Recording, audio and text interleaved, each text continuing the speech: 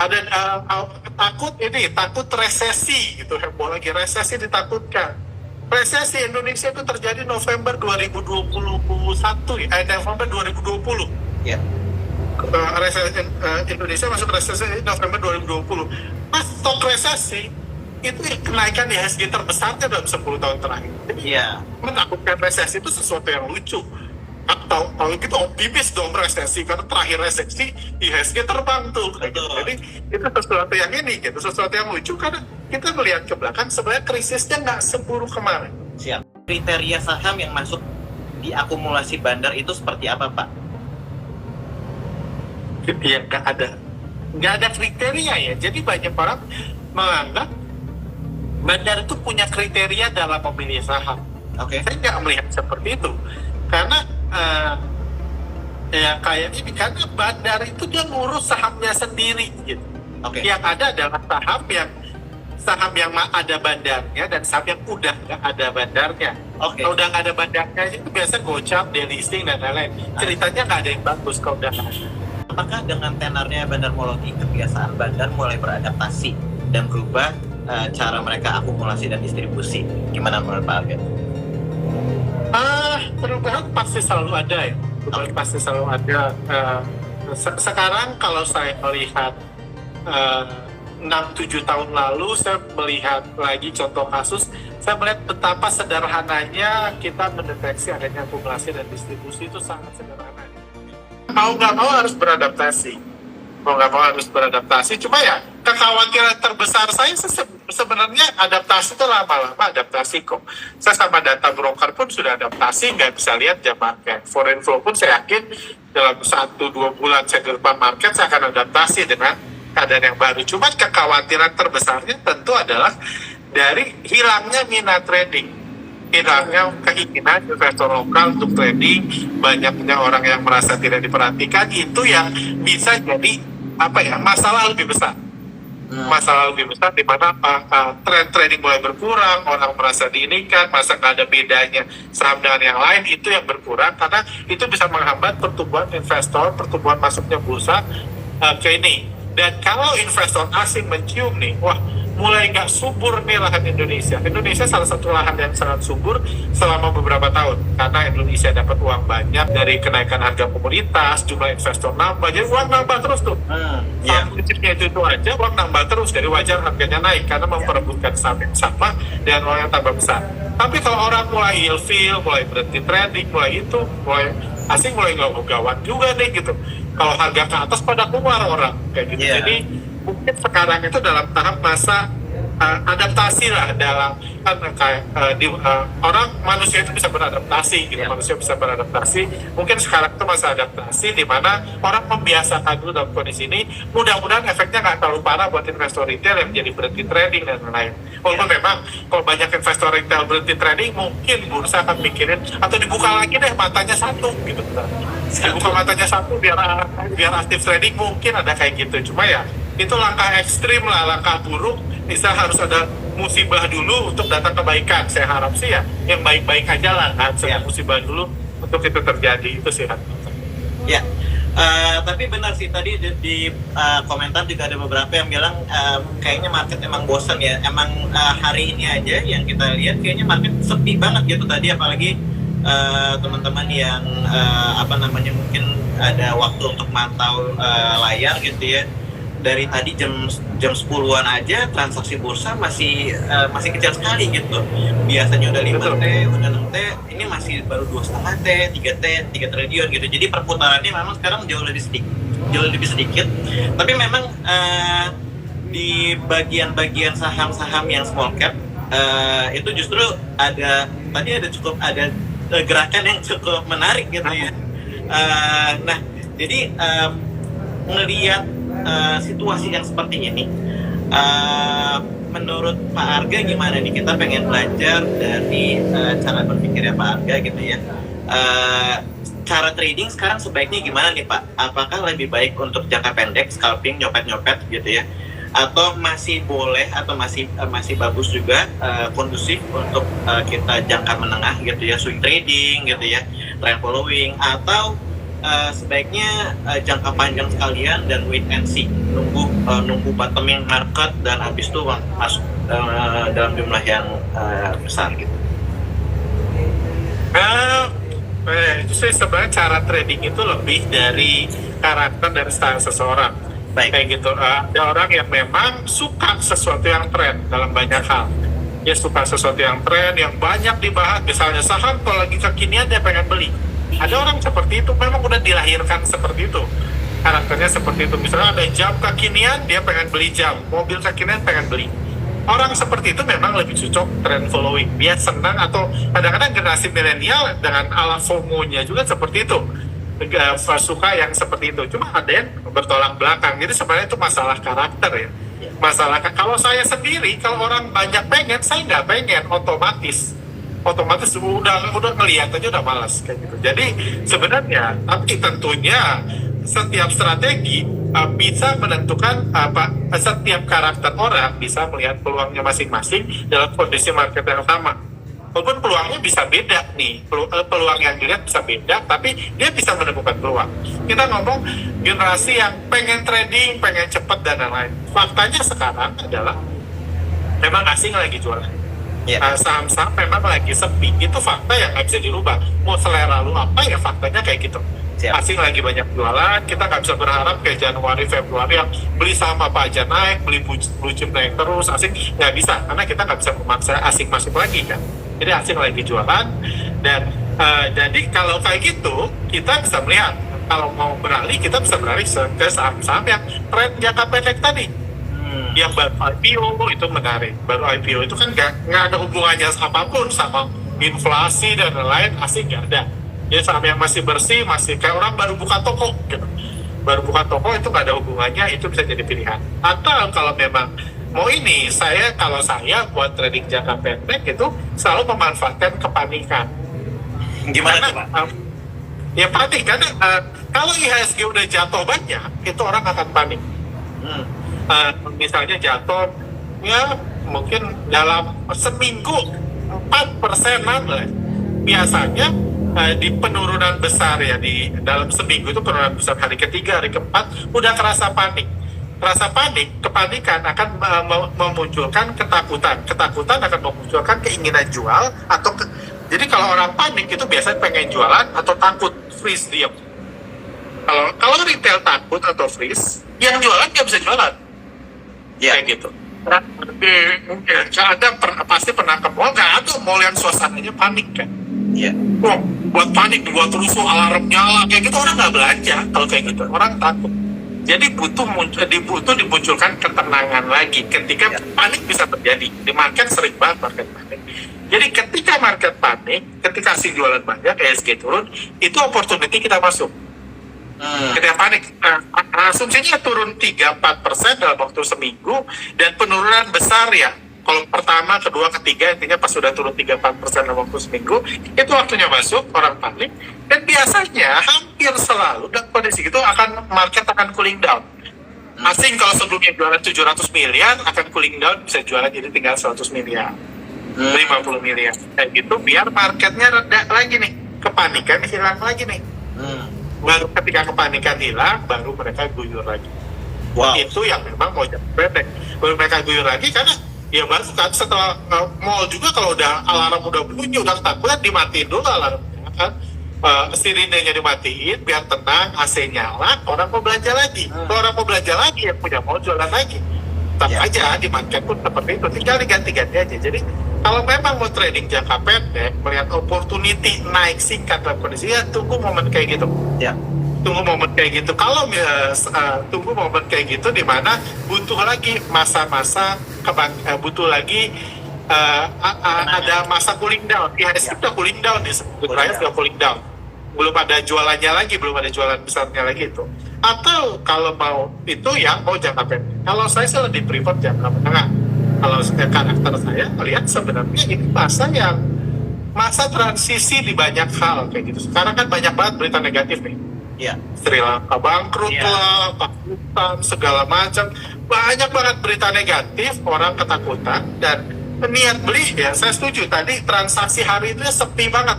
Tadi saya lihat sampai penutupan hari pertama, saham-saham khusus kayak NATO, Care, BEP, segala macam, Boga itu pasti top semua, top transaction semua. Itu sedih banget itu saham-saham yang itu ya, antar mereka aja yang trading itu pasti top transaction semua itu. Jadi sekarang minat beli itu lagi sedikit, udah di cooling down pun minat beli lagi sedikit. Kalau minat beli sedikit, yang jualan kan kita lagi ngomong asing lagi jualan, yang jualan udah berkurang, udah susah banget. Untuk ada masa masa transisi ini. Kalau masa ketakutannya lama, IHSG turun lagi. Kalau bagi saya yang lebih melihat peluang lebih banyak dan dalam saat ini beli, itu peluang jangka menengah. Karena kalau dilihat sebenarnya apa ya? Banyak orang mendramatisir krisis sekarang. Mendramatisir. Ada PHK startup. Yes, memang PHK startup. Tapi seberapa banyak sih startup yang di PHK dibandingkan PHK pandemi? Ya ada apa-apanya. 1-2% pun nggak sampai di PHK pandemi. Ada takut resesi gitu, heboh lagi resesi, ditakutkan.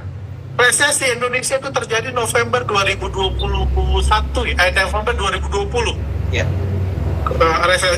Indonesia masuk resesi November 2020. Pas stok resesi itu kenaikan IHSG terbesarnya dalam 10 tahun terakhir. Jadi menakutkan resesi itu sesuatu yang lucu. Atau kalau kita optimis dong resesi, karena terakhir resesi IHSG terbang tuh. Jadi itu sesuatu yang gitu, sesuatu yang lucu karena kita melihat ke belakang sebenarnya krisisnya nggak seburuk kemarin. Cuma krisisnya nggak seburuk kemarin, kalau ngomong krisis ekonomi dan lain masih jauh kayak gitu. Cuma memang kembali lagi minat belinya itu turun drastis. Kalau kita semua itu ada hubungannya sama stock market, tapi stock market itu udah ada hubungannya minat beli. Minat beli investor retail turun drastis sekarang.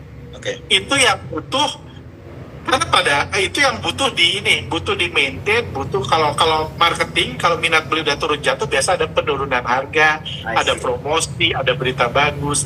Dan sekarang saya lihat lagi dalam masa penurunan. Kalau saya tipenya berlawanan arah, ketika ada penurunan ini saya justru tertarik borong saham. Saya justru tertarik beli segala macam.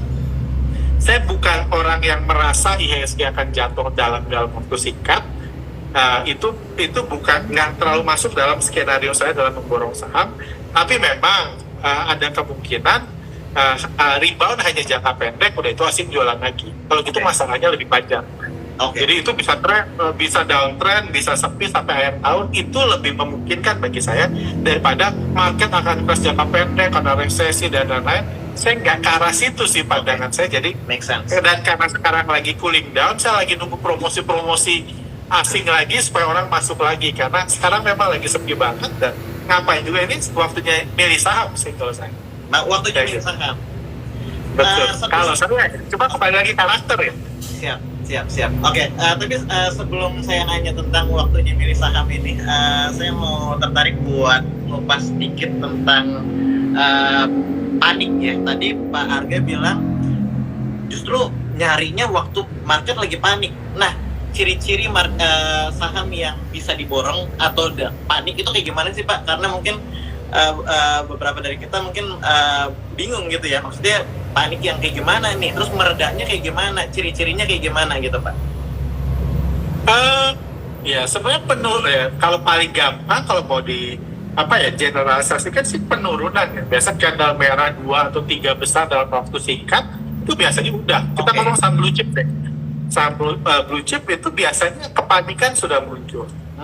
Biasanya seringkali kepanikan itu kalau dalam 2-3 hari IHSG turun banyak, misalnya udah 2-3 hari turun, dan ada hari keempat biasanya langsung dibuka gap down, turunnya ringan banget. Pagi-pagi gap down, itu udah nggak terasa turunnya udah 2% lagi nih, baru satu sesi. Ini kayak gitu. Itu biasa tandanya panik. Kalau mau lebih seru lagi, lihat sosmed. Sosmed kelihatan kok ketika orang mulai cut loss, mateng nih, nyangkut semua, mulai curhat-curhat, itu tanda kepanikan yang lain. Itu saya ngeliat sosmed cuma ngeliat itu sebenarnya. Cuma ngeliat orang mulai panik, itu biasa butuh cooling down. Nggak harus naik, tapi cooling down dibutuhkan. Cooling down itu at least ngerem. Kalau ngerem dan ujungnya nggak naik, ya kita keluar lagi. Keluar lagi. Tapi kalau memang ada naik sebentar, baru aslinya jualan lagi, ya kita tunggu naik, baru aslinya jualan lagi. Tapi potensi turunnya udah rendah dalam jangka pendek, jadi itu peluang memang kalau buat trading jangka pendek. Oke, jadi panik dalam arti penurunan yang tajam dalam 2 atau 3 candle itu udah bisa dikategorikan sebagai panik, dan mulai mereda itu waktu penurunannya udah nggak separah 2 atau 3 hari sebelumnya gitu ya. Jadi kita udah ngeliatin, mungkin kalau yang teknikal mungkin udah ngeliatin titik support yang udah bisa ada rejection dari titik support gitu. Itu bisa dibilang di situ tempatnya kita buat mulai borong saham untuk trading dalam jangka pendek, benar nggak Pak? Kalau saya nggak nunggu mereda, saya 2-3 hari turun, dan misalnya hari keempatnya langsung dibuka gap down, langsung turunnya ringan banget, kerasa. Baru pagi-pagi udah turun 2%, udah gampang banget, dan orang mulai panik. Ketika itu saya masuk karena trading dalam masa kepanikan ini ya. Kalau sudah mereda sih paniknya udah ini kan. So ya memang kadang-kadang udah mereda baru naik. Cuma kadang-kadang habis panik besok langsung gap up. Ketika orang mulai frustasi besok langsung gap up. Jadi saya sih masuknya ketika turun ya. Ketika turun support atau enggak ya masing-masing punya supportnya masing-masing lah. Itu udah hak masing-masing menentukan. Cuma biasa saya 2-3 hari turun merah, udah hari keempatnya ada merah banyak kayak gitu, atau ya nggak harus 2-3. Intinya dalam 3 hari pertama misalnya turun 2-3%. Terus hari keempatnya udah turun, pagi-pagi udah turun minus 1%, udah itu mendekati 2%, itu saya biasa belanja dalam jangka pendek. Udah itu mulai mereda, biasanya nggak lama kok, jarang kok IHSG turun 6 hari berturut-turut besar semua candlenya. Itu setahun nggak terjadi sekali, itu 5 tahun nggak terjadi sekali yang turun 2% selama 7 hari, itu mungkin nggak 5 tahun sekali kejadian kayak gitu, sangat jarang gitu. Jadi itu ketika turun di hari keempat itu pun saya biasa mulai masuk. Atau kalau besar di hari ketiga pun saya mulai masuk tuh. Kalau Senin besar, Selasa di bawah 2%, hari ketiga pun saya udah mulai masuk. Oke. Jadi justru dilihat waktu memang udah berasa mereda dan bisa mulai belanja untuk memang jangka pendek gitu ya. Nah, Yes. Setelah itu kita masuk nih tadi waktunya milih saham. Nah, langsung aja nih Pak Arga, ada sektor-sektor yang menarik nggak yang kita bisa take note atau mungkin pelajarin bandarmologinya, juga flow-nya gitu ya, gimana di saat-saat seperti ini ada mungkin, atau bahkan selain sektor-sektor tertentu mungkin ada saham tertentu yang Pak Arga bisa kasih kita kisi-kisinya buat kita pelajarin. Saya sekarang itu lebih milih saham-saham yang memang nggak ada istilahnya nggak butuh sentimen apa-apa buat naik dan turun. Maksudnya kan kalau ada misalnya saham batu bara, itu kan butuh sentimen kadang-kadang ya. Orang masih ada acuannya lah, acuannya buat itu kayak gitu. Saya lebih milih saham-saham yang sudah turun banyak, saham-saham yang sempat populer sudah turun banyak dan nggak butuh ini apa-apa, karena saya lagi nggak expect ada berita bagus dalam jangka pendek nih. Kalau berita dari luar yang dikait-kaitkan, kecuali berita kayak tadi MNC, ya berita dibuat sendiri ya beda cerita lah. Kita juga nggak bisa tahu kalau berita dibuat sendiri. Cuma kalau globalnya saya belum expect, karena menurut saya komoditas juga sudah cukup mahal untuk bisa lanjut naik dan lain-lain. Jadi saya pilih saham-saham diskon yang udah turun banyak dan udah turun banyak dan nggak butuh sentimen. Ujungnya nggak jauh dari konsumer sama finance. Konsumer sama finance kayak gitu. Finance itu kalau kita ngomong foreign flow, banyak saham finance besar itu yang secara foreign flow sudah terkurang. Asingnya belum jualan banyak, tapi harganya udah turun banyak. Itu lirik kalau ada jangka menengah atau nunggu kepanikan, saham itu bisa ini. Nunggu kepanikan, udah itu naik sebentar jual lagi, terserah kayak gitu. Itu sesuatu yang saya lirik. Saham finance, bank mantan bank rencana digital jadi bank beneran digital itu sekarang udah sesuatu yang menarik karena turunnya udah banyak banget. Udah terlalu dalam. Turunnya udah banyak banget, udah terlalu dalam, dan itu juga lirikan yang menarik kayak gitu. Karena itu udah di blow up banyak, udah berita krisis startup dan lain-lain itu udah menghapus banyak banget. Kekhawatiran itu butuh diredakan itu Iya. diredakan di saham tersebut, itu pun pilihan kayak gitu. Cuma untuk saat ini saya agak menghindari saham-saham yang berhubungan dengan komoditas kayak gitu, karena ya saya bukan orang yang terlalu optimis kalau harga komoditas masih akan lanjut naik terus signifikan kayak gitu dalam Oke, jangka pendek. jadi justru saham komoditas dihindarin dan mulai ngelirik saham consumer dan saham finance. Finance yang nggak butuh apa-apa gitu buat ini. Oke, nggak perlu sentimen macam-macam, bisa tiba-tiba naik aja gitu ya. Iya, betul. Mid cap, small cap, atau big cap? Dua-duanya sih. Mungkin small cap banget sih enggak ya kayak gitu. Cuma dua-duanya sih enggak. Saya nggak ngelihat ada ini ya. Tentunya sangat beda stylenya, sama-sama tahu loh. Big cap geraknya seperti apa, mid cap seperti apa, sangatnya. Cuma saya nggak melihat ada resiko lebih signifikan kayak gini, enggak sih. Oke. Menurut saya. Oke, jadi sama aja mau mid cap, mau small cap, mau big cap. Yang penting kita udah kenalin pergerakannya dan bisa feel apakah ini udah waktunya masuk, udah mereda atau enggak gitu ya. Pak Arga, kita mau ngobrolin sekarang tentang portfolio management. Menurut Pak Arga, sebaiknya kayak gimana di kondisi seperti ini? Lebih banyak cash atau udah mulai belanja-belanja, atau justru saatnya belanja dengan dengan berani gitu? Lebih banyak cash kalau asumsi lebih banyak cash itu waktunya saat ini jualan saham, saya nggak pro ke situ. Oke.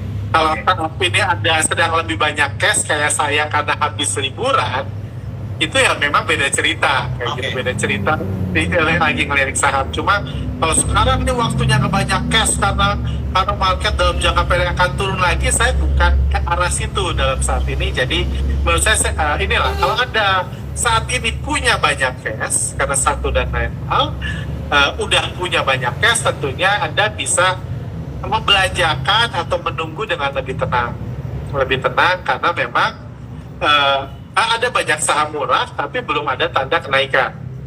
Jadi kadang-kadang ada yang menunggu dengan tenang, nunggu tanda-tanda mulai balik, asik masuk lagi, atau markup lagi mulai, atau market mulai ramai lagi mulai masuk. Good kalau Anda mau nunggu. Nah, kalau sekarang mau nyicil pun no problem. Nyicil no problem. Cuma menurut saya kalau saat ini jualan habis-habisan di tengah kesepian market saat ini, menurut saya jangan. Oke. Kayak gitu. Itu kalau kita ngomong generalnya, ini mungkin waktunya mulai milih-milih saham, waktunya kalau orang yang sabar menunggu kayak saya, ini waktunya mulai milih, dan naiknya kapan ya urusan ntar lah. Kayak gitu, mungkin ini waktu yang mulai milih-milih saham, walaupun ya saya nggak yakin trennya akan naik bagus lagi sampai akhir tahun. Saya belum ada keyakinan gitu karena asing masih terus jualan. Tapi saya yakin masih murah, dan tekanan melanjutkan kejatuhan IHSG di level sekarang, dalam kondisi sekarang, itu tidak menguntungkan bagi asing sekalipun. Karena peminatnya sedikit. Kalau peminat sedikit, asing jualan dikit aja, IHSG udah turun banyak. Jadi itu bukan hal itu kan. Jadi menurut saya ini bukan waktu, kalau saya punya banyak stok saat ini bukan waktunya waktunya bersih-bersih karena mau crash lagi jangka pendek. Saya nggak akan ke situ sih. Cuman ya portfolio manajemen itu ujungnya sebenarnya, goal portfolio manajemen itu ujungnya untuk psikologis. Psikologis seseorang. Orang yang menurut saya penting juga dalam kondisi ketidakpastian seperti sekarang, itu harus punya cash. Nggak harus lebih banyak cash, karena cash itu secara psikologis harus punya cash. Cash itu secara psikologis ngasih kita power, ngasih kita kekuatan, kepercayaan, ketenangan. Itu cash. Saham nggak ngasih Anda ketenangan. Baik. Contohnya, Anda kalau ngerasa full cash itu kayak udah siap berantem aja gitu. Kayak senjata ini. Kalau full stock kesannya parah, pasrah. Aduh, mudah-mudahan naik, mudah-mudahan. Anda nggak punya lagi. Betul. Jadi kalau Anda dalam kondisi pasrah dan tiba-tiba ada gejolak, biasanya Anda panik. Karena Anda nggak punya kekuatan sama sekali. Jadi cash harus tetap disisakan. Seoptimis apapun Anda, sepesimis apapun Anda, harus punya cash lah. Kalau bisa 10-20% itu ya dari portfolio itu mungkin dibutuhkan. Kayak gitu, untuk at least memberi ketenangan, memberi Anda power supaya kondisinya, supaya Anda nggak pasrah banget, bisa melihat lebih waras melihat kondisi. Contohnya saya di kantor ini kan, yang lain kerja nih, yang lain udah kenyang nih ngalamin IHSG turun. Sementara saya baru ngeliat tuh pada murah ya sekarang kayak Iya. beda banget kondisi psikologisnya karena saya udah istirahat, nggak dalam kondisi turun, jadi kondisi yang sama bisa menyebabkan psikologis yang beda kayak gitu. Dan salah satunya karena memang selama sebulan saya cuma fokus jualan, Iya. karena saya nggak mau tambah pikiran dari masa liburan beli saham baru.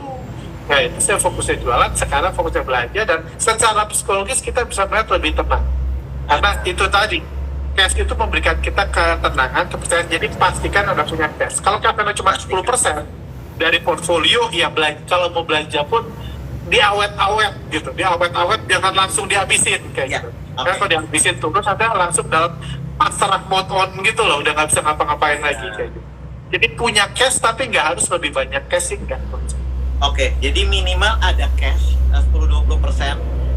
Tujuannya supaya kita nggak, kalau ada gejolak apa-apa tiba-tiba langsung cut loss, tiba-tiba langsung jual semuanya, dan justru malah jadi panic selling gitu ya Pak. Intinya cash itu menjaga psikologi kita supaya kalau misalnya ada saham-saham yang mulai menarik, bisa mulai cicil beli, mulai atau mungkin trading jangka pendek gitu, dan itu akan membuat kita jadi lebih nyaman sebagai investor di saat-saat seperti ini gitu ya Pak.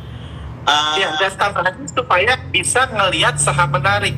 Karena kalau Anda ketakutan, Anda nggak bisa melihat saham menarik. Siap. Nah, kayak gitu. Ada panik aja. Jadi supaya Anda bisa melihat saham menarik pun Anda butuh cash. Siap. Oke. Oke. Gitu. Jadi buat kita ngelihat saham menarik harus punya cash gitu, benar Pak ya? Harus punya cash. Iya sih, benar juga ya, kalau kita megang 10 saham misalnya dan 10-10-nya itu lagi keadaan merah, lalu kita lihat ada saham-saham yang bergerak dengan signifikan di pagi hari, kayaknya wah itu justru malah psikologinya jadi berantakan. Waduh, harusnya gue jual nih, harusnya gue masuk nih di sini gitu ya. Itu saya setuju banget nih. Oke. Pak, mau nanya nih, pertanyaan terakhir sebelum kita jawabin beberapa pertanyaan dari teman-teman yang nonton pada malam hari ini.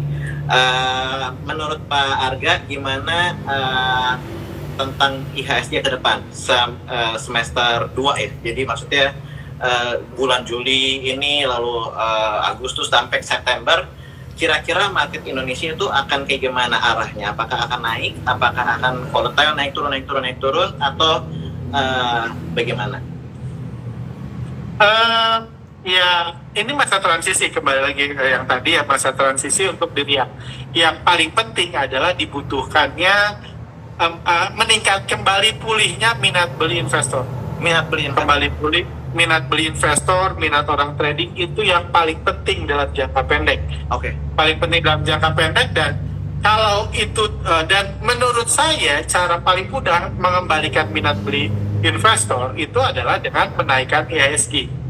Kondisi pulih dan lain-lain dalam jangka pendek, dalam sebulan IHSG mulai naik, minat beli investor bisa mulai pulih lagi, dan mungkin kedepannya asing masih jualan lagi. Kalau skenario itu yang terjadi, karena duit asing di bursa kita udah banyak banget. Kalau mereka pengen keluar, mereka butuh langkah promosi yang besar nih. Nggak bisa kondisi orang lepas kayak sekarang dijualin besar-besaran. Mereka butuh masa cooling down, masa kenaikan. Jadi kalau skenario-nya kenaikan, anggap Juli ini bisa mulai naik, minat beli investor naik lagi, menurut saya dalam jangka menengah malah jelek buat IHSG. Oke. Karena asing bisa terus jualan, jadi terjun payung turunnya pelan-pelan tuh. Rebound, sekarang udah lemas nih, butuh naik, udah itu guyur lagi. Kalau itu yang terjadi, seperti udah kita alami bulan Mei, bulan Juni, dan sekarang mau sedikit bulan Juli, kedepannya IHSG malah kurang bagus, karena memang belum kurang bagus, bahkan mungkin bisa krisis ini kesulitan cari saham yang naik dalam jangka menengah ini bisa terjadi sampai kuartal keempat nanti. Kayak gitu. Jadi itu sih ini pandangan saya sih mungkin arahnya lebih ke situ.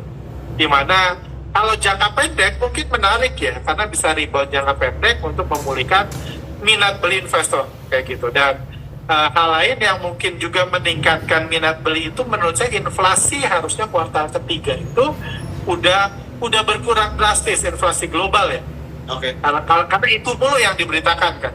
resesi, inflasi, walaupun nggak ada hubungan langsungnya, cuman itu membuat orang yang udah ilfil tambah ilfil ngeliat berita gitu mulu. Iya. Udah nyangkut, udah ilfil tambah ilfil kayak gitu. Cuman menurut saya kalau lihat-lihat harga komoditas segala macam, cuman bahan bakar aja yang masih bergejolak. Sisanya sih udah mulai turun. Jadi mungkin berita bagus itu mudah-mudahan bisa mulai muncul nih di kuartal ketiga kayak gitu. Dan kalau itu diiringi rebound dan asing terus jualan, sebenarnya kita bisa melihat satu semester yang kurang bagus ke depannya, jauh lah di bawah semester pertama kayak gitu. Menurut prediksi saya sih seperti itu ya. Menurut prediksi saya seperti itu, nggak akan ada crash, tapi ada fase distribusi asing yang jangka waktu cukup menengah. Udah 9 bulan beli, bisa asing mungkin jualan 4-5 bulan nih. Kita baru 1 bulan, jadi mungkin nggak hot banget sih dalam 4-5 bulan ke depan. Mudah-mudahan saya salah, cuma itu strategi yang saya approach sekarang. Harapan saya sih mulai besok asing beli 1 triliun lagi, gitu terus, itu harapan saya. Cuman ya saya nggak melihat kondisinya seperti itu sekarang. Kondisinya kelihatannya asing masih akan keluar dari market Indonesia dan bisa dimanfaatkannya dari dengan cara ya udah trading jangka pendek aja gitu, memanfaatkan rebound yang ada dan harus ngelihat bagaimana nih situasi marketnya, apakah lagi panik, dan kalau misalnya udah panik, udah mereda, di situ saatnya kita masuk dan akhirnya jualan waktu ada reboundnya. Terima kasih Pak Arga buat jawabannya. Kita akan mulai bacain beberapa pertanyaan, Pak. Jadi saya akan pilih 1-2 pertanyaan yang mungkin Pak Arga bisa jawab gitu ya. Dari pertanyaan dari Pak Cikal, kriteria saham yang masuk di akumulasi bandar itu seperti apa, Pak? Ya nggak ada kriteria ya. Jadi banyak orang menganggap bandar itu punya kriteria dalam memilih saham. Saya nggak melihat seperti itu, karena ya kayak ini, karena bandar itu dia ngurus sahamnya sendiri gitu. Yang ada adalah saham yang ada bandarnya dan saham yang udah nggak ada bandarnya. Kalau udah nggak ada bandarnya itu biasa gocap, delisting dan lain-lain. Ceritanya nggak ada yang bagus kalau udah nggak ada. Kalau ada ya dia ada di situ. Ada di situ. Jadi nggak ada kriterianya nih ya, bandar saham Java yang ngurusin Java. Dia nggak akan tiba-tiba di tengah jalan, nih Java ini sesuai kriteria gue, kayak enggak, udah itu toko lu gitu, lu jalanin aja kayak gitu. Jadi nggak ada kriteria. Kayak kita dilihat asing punya kriteria apa saham yang dimiliki asing kayak gitu, atau BBRI kriterianya apa, atau nggak sesuai kriteria, nggak ada kayak gitu. Asing sudah menguasai BBRI, sudah menguasai Unilever, tinggal pertanyaan dia beli atau jual aja, tapi dia akan terus di situ. Kalau dia lagi jual, kita jual, dia beli, ya dia lagi beli. Jadi nggak ada kriterianya sih kayak gitu. Dan sangat jarang saham yang sudah habis didistribusi ke retail dibeli lagi. Itu pun sangat jarang. Misalnya pemilikan retailnya udah 80%, itu lebih mungkin delisting daripada ada bandar yang ngumpulin saham itu lagi. Menguasai lagi jadi sangat jarang. Jadi nggak ada kriteria. Kayak tukang jualan sepatu, dia akan terus jualan sepatu. Anda nggak bisa nanya ke dia kriteria apa, sepatu seperti apa yang kriteria Anda jual kayak gitu, enggak. Itu udah toko gua gitu, dia akan nggak akan dengan mudah merubah bisnisnya karena dia udah menguasai supply di situ. Yang kita lihat adalah kapan dia beli, kapan dia jual aja. Karena dia akan terus keluar masuk di situ. Pertanyaan yang selanjutnya ada dari Nur Khalifah. Apakah dengan tenarnya bandarmologi kebiasaan bandar mulai beradaptasi dan berubah cara mereka akumulasi dan distribusi? Gimana menurut Pak Arga? Perubahan pasti selalu ada ya. Pasti selalu ada. Sekarang kalau saya melihat 6-7 tahun lalu, saya melihat lagi contoh kasus, saya melihat betapa sederhananya kita mendeteksi adanya akumulasi dan distribusi. Itu sangat sederhana dibanding sekarang. Udah dikasih real time, brokernya sedikit, dan gampang banget. Perubahan akan terus ada, dan ya itu realita lah ya, sama lah dalam bisnis pun akan selalu ada perubahan, jadi ya akan selalu ada. Dan cuma yang tentunya lebih ini adalah memang cuman bukti kalau kode broker sama kode asing sampai harus ditutup itu menunjukkan bahwa arahnya mereka ke situ daripada merubah adjustment strategi. Karena bagaimanapun kayak gitu ya, misalnya kita kebiasaan orang besar itu susah nggak dilacak karena dia besar. Karena dia besar, dia masuk triliunan, jual triliunan, itu nggak susah nggak dilacak. Beda sama masuk yang 1-2 lot kayak kita, ya susah ngelacaknya. Cuma mereka akan selalu besar. Itu nggak berubah fakta. Akan selalu besar. Jadi yang paling brokernya dibanyakin atau timingnya dilamain kayak gitu. Habis akumulasi istirahat dulu seminggu baru akumulasi lagi. Tapi akumulasinya mirip-mirip aja. Atau sekarang kodenya ditutupin. Kodenya ditutupin lebih ke situ karena tetap aja kalau Anda mau beli susu, kalau beli susu satu gampang sembunyi-sembunyi. Tapi kalau beli susu gitu misalnya 5.000 truk gitu, gimana Anda mau sembunyi-sembunyi kan? Ujungnya akan kelihatan. Karena badan akan tetap besar. Pasti besar. Jadi kelihatan masih, cuma memang timingnya lebih dipermainkan. Brokernya cuma perubahannya nggak se-ekstrim itu kok kayak gitu.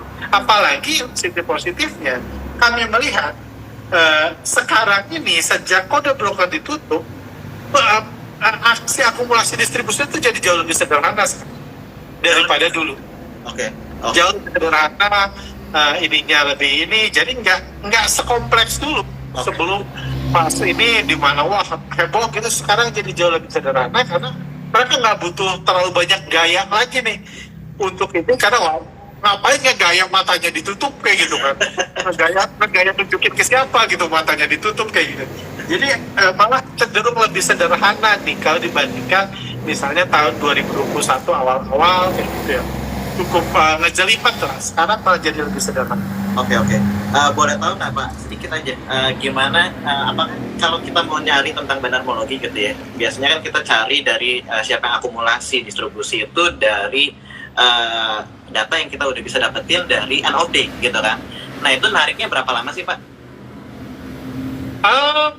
Nariknya ya kalau mau yang pasti adalah pergerakan asing, pergerakan bandar itu tidak selesai dalam 1 hari. Pasti, itu tidak mungkin, pasti tidak selesai 1 hari kayak gitu. Gue bandar sepatu tapi cuma sehari jualan sepatu nggak mungkin. Kayak gitu. Jadi dia selalu punya time frame yang panjang. Jadi membaca pergerakan 1 hari itu nggak memberikan ada informasi yang cukup untuk tahu trennya ngapain. Jadi bisa mundur seminggu, 2 minggu atau per tren. Misalnya seminggu ini naik nih, selama naik bandarnya ngapain? Kira-kira asingnya ngapain? Per tren jangka pendeknya kayak gitu.